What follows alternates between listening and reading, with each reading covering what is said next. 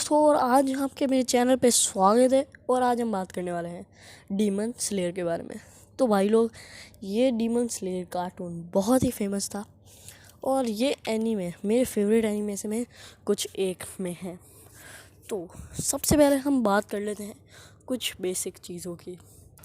तो बेसिक चीज़ों में सबसे पहले हम बात करेंगे कैरेक्टर्स की। तो भाई लोग, डीमन स्लेयर के कैरेक्टर्स बहुत ही तगड़े हैं। तो सबसे पहले हम टांजीरो की बात करते हैं। तो टांजीरो एक आम बच्चा था, तो उसके बारे में हम बाद में बात करते हैं। तो पहले आप जान लो कि उसके दो और दोस्त हैं, इनोसुके और जेनेत्सु।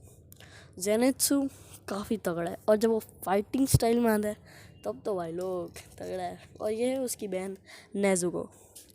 और उसके अलावा इनमें एक और बंदा है, जो बंदा टांजीरो को डीमन स्लेयर बनाने में अहम मदद करता है। तो भाई लोग, इसके बारे में हम बाद में जानेंगे। सबसे पहले और एक और बार जान लेते हैं कुछ काफ़ी मेन फैक्ट्स के बारे में। तो फिर आते हैं बैटल्स पे।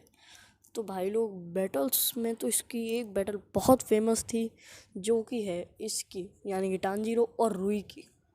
टांजीरो और रुई की बैटल में टांजीरो की तलवार टूट जाती है, पर फिर भी वो काफ़ी ब्लडी फॉर्म में आके आग वाली तलवार से उसको मारता है। तो भाई लोग, ये सीन काफ़ी तगड़ा है और इसने इंटरनेट को एक समय के लिए तो ब्रेक ही कर दिया था। तो मैं तो यही कहूँगा कि आप ये सीरीज़ देखो। और उसी एपिसोड में टांजीरो की बहन यानी कि नेजुको ने भी अपनी ब्लड डीमन आर्ट दिखाई थी। तो भाई लोग, ब्लड डीमन आर्ट, डीमंस के पास एक ख़ास पावर होती है, उसको कहते हैं। तो बाकी आते हैं मेंस पे। तो कुछ एक्सट्रीमली मेन चीज़ें हैं जो आपको जानने की ज़रूरत है इस कार्टून में। आई मीन इसको एनिमे कह सकते हैं। तो इसका एक मेन विलन है जो कि सारे डीमन को बनाता है। तो भाई लोग, ये और कोई नहीं, द डीमन किंग है। तो ये बंदा हर किसी को बनाता है, हर किसी डीमन को ये अपना खून देता है और उसे एक डीमन बना देता है। इसी ने टांजीरो को बहन को भी बनाया था, इसीलिए टांजीरो इससे बदला लेने के लिए, इसको मारने के लिए ही एक डीमन स्लेयर बना। अब आते हैं हम कुछ बेसिक स्टोरीज पे।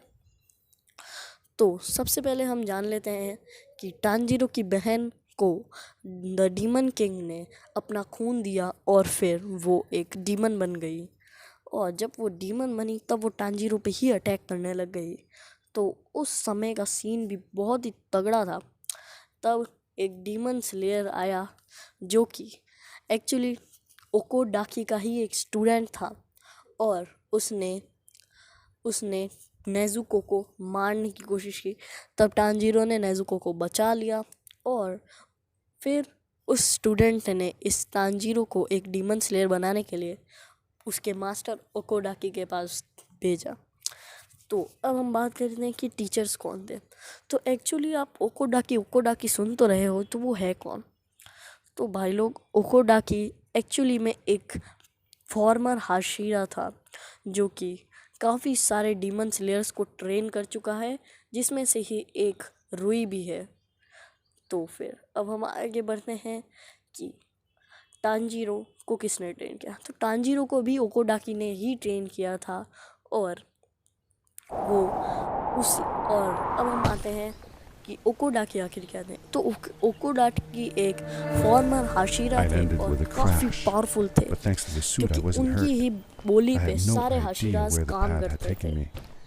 तो अब हम आगे बढ़ते हैं रैंक्स पे। तो सबसे पहले आपको ये बता दूं कि आखिर हाशिरा क्या होता है। तो हाशिरा डीमन स्लेयर पे सबसे ऊपर की रैंक होती है, और उससे ऊपर की रैंक सिर्फ और सिर्फ एक ही बंदे को मिलती है। तो हाशिरा 5 होते हैं एक समय में। तो हाशिरा के बाद आते हैं पोस्ट हाशिराज। तो पोस्ट हाशिराज में ही एक है ये बंदा। तो भाई, ये बंदा काफ़ी पावरफुल है क्योंकि ये एक पोस्ट हाशिरा है। तो पोस्ट हाशिरा के बाद आते हैं नॉर्मल डीमन स्लेयर्स, जिसमें से ये एक टांजीरो है। तो टांजीरो एक नॉर्मल डीमन स्लेयर है, ये आपको लगता होगा। तो जी हाँ, वो एक नॉर्मल डीमन स्लेयर ही है। तो अब हम आते हैं स्वॉर्ड पे।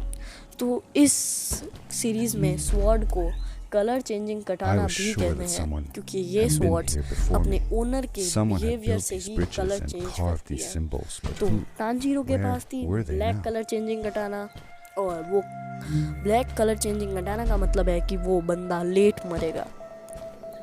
उसके बाद आता है ये स्टूडेंट, यार इसका नाम मैं भूल गया हूँ तो बार बार स्टूडेंट कर रहा हूँ, तो प्लीज़ यार इग्नोर करो। इसके पास थी नेवी ब्लू कलर की कटाना। तो उसके बाद आता है इनोसुगे।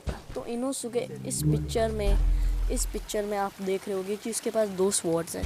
तो हाँ, उसने एक स्वॉर्ड किसी से चुराई थी और उसके एक स्वॉर्ड तो उसको डीमन स्लेयर बनने पे मिली थी। तो उसके बाद आते हैं जेनित्सु। तो जेनित्सु भाई लोग बहुत ही बड़ा फाइटर है इस सीरीज़ में, डरपोक तो है पर उसकी तलवार का कलर है येलो, और उसे आती है थंडर ब्रीथिंग। अब आप पूछोगे ब्रीथिंग्स क्या है, अपने को तो सिर्फ मैं आपको पानी निकालना बताऊंगा। तो तब तक के लिए बाय, और याद रखना पानी निकालते रहना, क्योंकि जब तक पानी निकालोगे तब तक मेरी वीडियो हो जाएगी। वीडियो अच्छी लगी तो लाइक कर देना।